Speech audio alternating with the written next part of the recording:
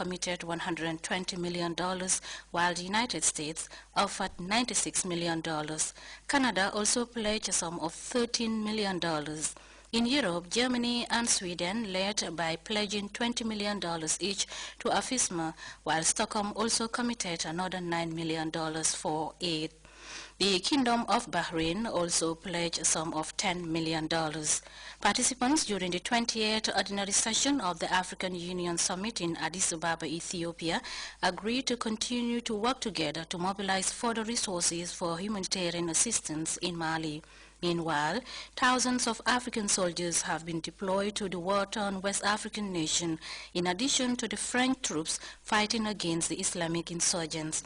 France said they are winning the battle, but according to Mali's former colonial masters, they have no intention of staying in that country and that it is left to the African forces to finish the job they have started. Mama J, Grts. The Chief of Defence Staff of the British Army, Sir General David Richards, is travelling to 4 Anglophone West African states as part of a mission to stabilize the situation in northern Mali after the ouster of the Tuaregs by French forces. Sir General Richards this morning met the Vice President, Her Excellency Ajah Dr. Aissatou Ndiaye Seydi, and some members of Cabinet at State House. As we hear in this report by Ibrahima Balde, the British top military officer discussed at length with his Gambian counterpart ways and means of stabilizing northern Mali. The relationship between the Gambia and Great Britain dates back centuries ago, and over the years, the bilateral relationship between these two nations cut across several sectors. This is the second time the Chief of Defence Staff of the British Army, Sir General David Richards, has visited the Smiling Coast. Shortly after descending in the country as part of his 4-day tour of select Anglophone West African nations, the top British military officer was ushered into the Vice President's office at State House by his Gambian counterpart. After exchanging pleasantries with the Vice President and senior government officials, the cameras retreated to enable the visitors explain the purpose of their courtesy call. Emerging from that meeting, the British Chief of Defence Staff and delegation inspected a quarter guard at the defence headquarters in Banjul.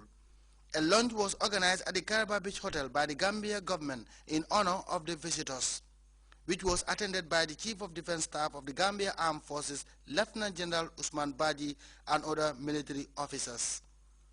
The lunch was punctuated by the presentation of symbolic gifts to the visitors as a mark of appreciation for the friendship between colleagues. It's an ambitious exercise for the British Chief of Defence Staff to tour 4 West African nations to gather the much-needed support before an international peacekeeping mission to join the French forces and help stabilize the situation in one of Africa's historic regions. With the protracted conflict in northern Mali showing no signs of ending, we wanted to know how an international peacekeeping mission is going to stabilize the situation in that hot spot. Very good question that you've asked. If you like, the French advance, which has been most impressive, has done the easy bit. What now happens is sustaining the effect, and your country and all the other West African countries that have volunteered to do it have got to go and do that, a stabilization role, we say. And of course a political strategy, which is at the heart of your question, is central to getting this right. The top British military officer said he has been reassured by the government. Your Vice President and many other senior ministers, and clearly the Chief of Defence and everyone I've met from your armed forces have made me feel very welcome, and I've just decided I've got to come back again for a holiday. So thank you all very much, and we will continue to do all we can for Gambia. The 4-day tour of select West African countries by the Chief of Defence Staff of the British Army is coming at a time when the international community is raising concerns about the situation in northern Mali, in which, according to reports, the government has taken full control of the region. Well, now it remains to be seen how an international stabilization force will try to control the situation there in the coming months. From the Banjul International Airport, the British Chief of Defence Staff is expected to fly to Abuja. Ibrahima Balde reporting for GRTS News. Well, Sheikh Omar Nyando Islamic Institute of Pirang, West Coast Region, has graduated another batch of students after successfully completing a 2-year Quranic memorization program. Fatou Jasse picks up the rest of that story. ألف لام ميم الله لا إله إلا هو الحي القيوم نزل عليك الكتاب بالحق مصدقا لما بين يديه وأنزل التوراة والإنجيل من قبل هدى للناس وأنزل الفرقان. The recitation of these verses from the Holy Quran clearly manifests the mastery of the Holy Quran by these children who underwent a 2 years rigorous period of confinement to commit the Holy Scripture to heart. This batch of Quranic memorizers is one of the many graduating classes of pupils from Sheikh Omar Nyandu Islamic Institute of Piram Village, Kombo East District, an institute rapidly flourishing in the glorious crusade.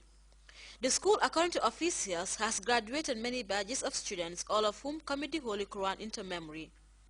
The guest speaker of the graduation ceremony is the renowned scholar and teacher Ustaz Alhaji Ndur, who delved into the essence of discipline and good manners as taught by Islam for students aspiring to be successful leaders tomorrow. He implored the graduating students to maintain unreserved respect for their parents and tutors, saying that indiscipline leads to misfortune in the search for knowledge and little worth if it's achieved.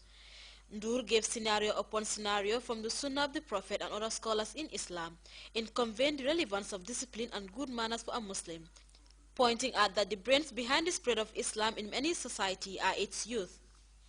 He concluded by thanking the community of Pirang for their dedication in Islam. Other speakers at the ceremony also made remarkable comments on the need to inculcate the message of truth and wisdom in the minds of the potential Islamic scholars. School authorities lamented on the state of affairs of the classrooms and the school courtyard, using the forum to request for assistance from donors and philanthropists to improve the conditions of the school. Memorization of the Holy Quran in the Gambia is fast becoming a common practice for many Muslims as parents continue to send their kids to centers across the length and breadth of the country. For GRTS News, I am Fatou Jassi. Impressive. Well, time now to take our first break. When we come back, we'll take a look from outside, look at news from outside the Gambia. Stay tuned then.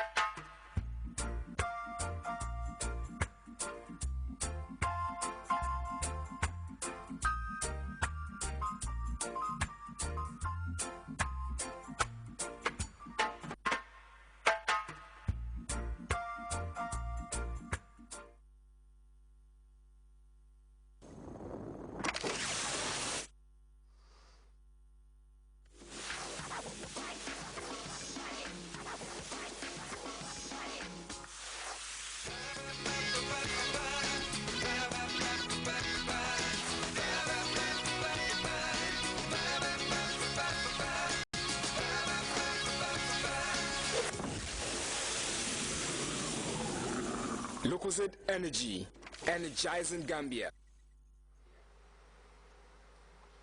Welcome back to GRTS News. Parliamentarians in Mali are calling for early elections as the war against the Islamist fighters gains momentum.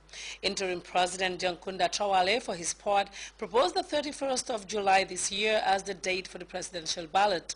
But as we hear in this CFI report, certain opposition groups are in support of a National Reconciliation Commission. Bamako is under strict military surveillance. Concerns about seeing armed Islamists at the capital are slowly disappearing. We have no fears in Bamako. I was a little worried when the war started, but after Gao and Timbuktu were taken, it's going to be better and better. Many people who had fled are returning home. Although some Malians are still worried about a possible rebel attack in Bamako, French-led troops have taken over control of most of the north, and their military domination is paving the way for a political reawakening.